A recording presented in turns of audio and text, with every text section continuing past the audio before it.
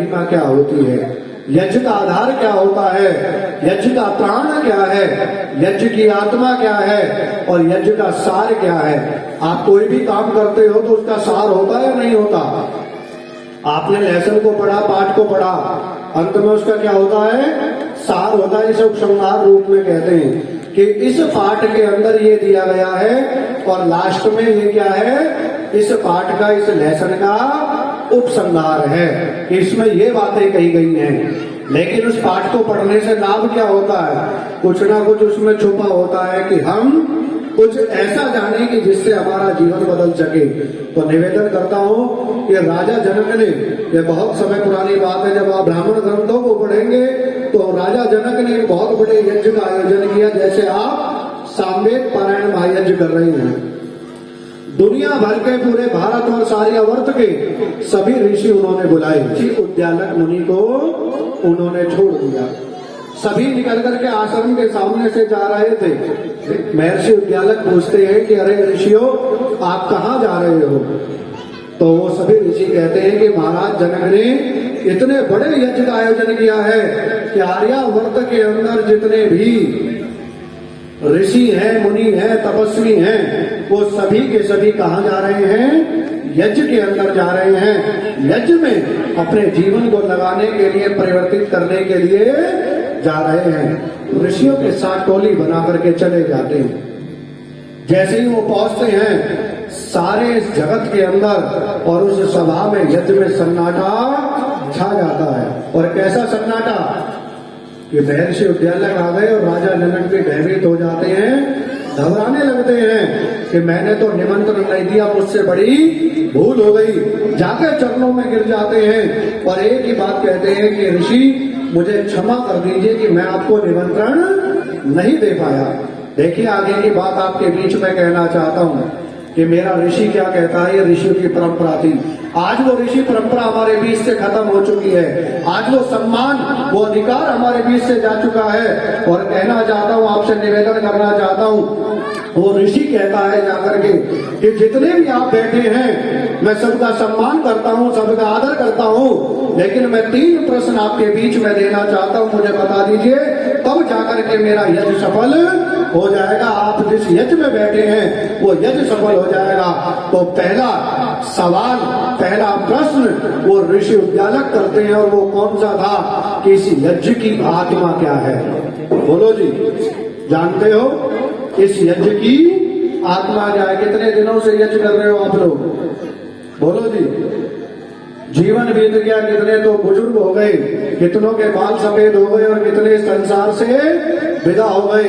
लेकिन अगर आपको ये सार पता नहीं लगा, ये ब्राह्मण ग्रंथों की भाषा है, आपका यज्ञ सफल नहीं हो सकता। तो ऋषि उद्यालक कहते हैं कि जितने यहाँ बैठे हो, मेरा एक प्रश्न है और मुझे ये बताइए कि इस यज्ञ की आत्मा क्या है। अब इस शरीर से आत्मा निकल जाए तो ध्यान देना, कुछ बचेगा। बोलो जी, ये शरीर को कौन चला रहा है, आत्मा चला रही है परमात्मा की व्यवस्था से। अगर गाड़ी में से तेल खत्म हो जाए, ध्यान दीजिएगा, तो गाड़ी चल सकती है। अगर दिए में से तेल खत्म हो जाए तो क्या दिया जल सकता है, बोलो जी, नहीं जल सकता। तो निवेदन आपसे करना चाहता हूं कि जब इस बात को सुना तो सभा में सन्नाटा छा गया। बड़े बड़े विद्वान ऋषि तो थे, लेकिन उत्तर किसी के पास नहीं था। तब मेरा ऋषि उद्यालक कहता है कि स्वाहावाड़ यज्ञस्य वही आत्मा, कि जिस स्वाहा के द्वारा आप आहुति देते हो, यही यज्ञ की क्या है, बोलो जी, आत्मा है। क्योंकि बिना स्वाहा के आपका यज्ञ कदापि पूर्ण नहीं हो सकता, क्योंकि अपने से श्रेष्ठ का सम्मान करना ही इस स्वाहा की सबसे बड़ी उपलब्धि है। अगर यही नहीं आया तो आपका यज्ञ करना भी व्यर्थ है, आपके यज्ञ में बैठना भी व्यर्थ है। और स्वाहा का दूसरा अर्थ होता है त्याग। आप साकल्य को लेते हो, घृत को लेते हो, सामग्री को लेते हो और अग्निदेव को समर्पित कर देते हो, और यही त्याग की सीढ़ी है। यही त्याग आपको सिखाया जाता है, यही त्याग आपको बताया जाता है कि बिना मंत्र के बिना स्वाहा के आप आहुति को समर्पित नहीं कर सकते। और स्वाहा का मतलब त्याग है। पिता कभी अपने लिए नहीं कमाता, कमाता है जी? बोलो जी। पिता कभी अपने लिए नहीं कमाता, वो जितना भी कमाता है अपनी संतान को छोड़ करके अपने संतान के लिए चला जाता है। यही यज्ञ है कि जितना भी आप कर रहे हो ये अपने लिए नहीं कर रहे हो, ये सभी के लिए कर रहे हो। और जहां ये आत्मा होगी वहां स्वाहा पूर्वक आपका यज्ञ संपन्न हो जाएगा। सभी तालियां बजाने लगते हैं, सभा पूरी गुंजायमान तालियों से, आशीर्वचनों से हो जाती है। और अंत में आपसे कहना चाहता हूं, एक बात निवेदित करना चाहता हूं कि दूसरा आता है महर्षि उद्यालक, दूसरा प्रश्न करते हैं। वो कहते हैं कि इस यज्ञ का प्राण क्या है? क्या कहा? कि इस यज्ञ का, बोलो जी, प्राण क्या है? अब शरीर में श्वास और प्रश्वास बंद हो जाए तो शरीर ज्यादा देर तक रहेगा? बोलो जी, शरीर रहने वाला है?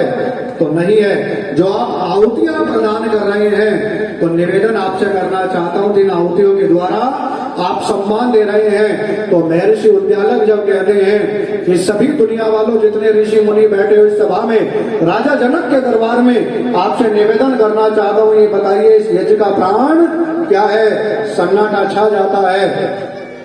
तब वो हाथ जोड़ करके कहते हैं कि ऋषि आप ही बताइए इस यज्ञ का प्राण क्या है?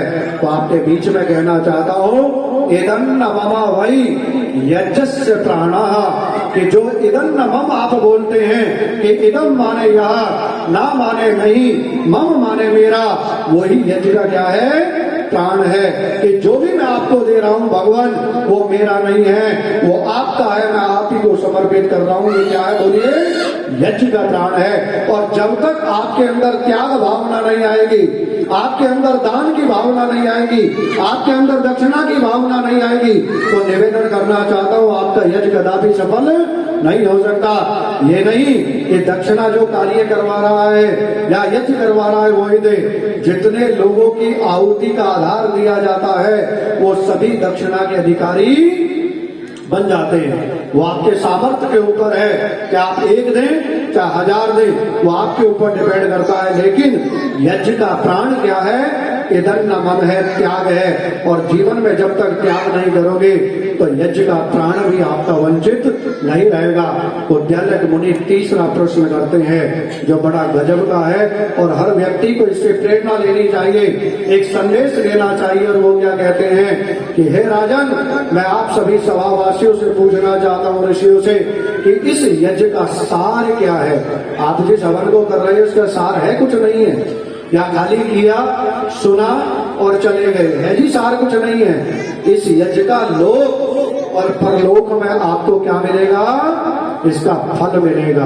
क्योंकि बिना यज्ञ किए और यज्ञ को करने के बाद किसी कवि ने कहा कि बोया हुआ बीज और किया हुआ कर्म कभी निष्फल, बोलो जी, नहीं जाता। तो इसलिए निवेदन आपसे करना चाहता हूं कि बोया हुआ बीज और किया हुआ कर्म कभी निष्फल नहीं जाता, उसका फल जरूर मिलता है। तो इस यज्ञ का सार क्या है? भाइयों, माताओं, बहनों, भक्त पुरुषों, आपसे कहना चाहता हूं कि सुरभिर वैर यज्ञ से सारा, कि यज्ञ किया और सुगंधी नहीं फैली तो ऐसा यज्ञ किसी काम का, बोलो जी, नहीं है।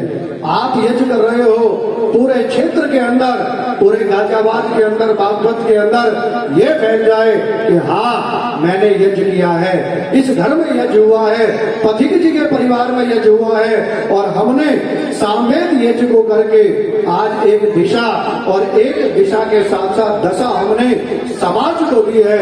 यही यज्ञ का सार है। हम पैदा हुए, मर गए, कोई जानने वाला नहीं है, लेकिन पैदा होने के बाद अपने जीवन को जिसने पवित्र कर लिया, धन्य कर लिया, अपने गुणों को, आचरण को जिसने बढ़ा दिया, निवेदन करना चाहता हूं माताओं, बहनों, यही यज्ञ का सार है। जितने सभा में बैठे हुए थे राजा जनक के द्वार में, वो सभी खड़े होकर के ऋषि उद्यालक मुनि के पैरों को छूते और कहते हैं कि महाराज, अगर आप ना होते तो आज यज्ञ की गुत्थी, ये यज्ञ की विडंबनाएं और यज्ञ का ये तारतम्य हमारी समझ में नहीं आता। तो माताओं, बहनों, अयम यज्ञो ओनस्य नाभि, संसार का आधार ये यज्ञ है, इस राष्ट्र का आधार ये यज्ञ है, सुख का आधार यज्ञ है, धन का आधार यज्ञ है, पुत्र पुत्रियों का आधार यज्ञ है। और जीवन में अगर आप श्रेष्ठता चाहते हो तो उसका आधार केवल यज्ञ है। इसलिए वेद भगवान कहते हैं स्वर्ग कामो यज्ञ।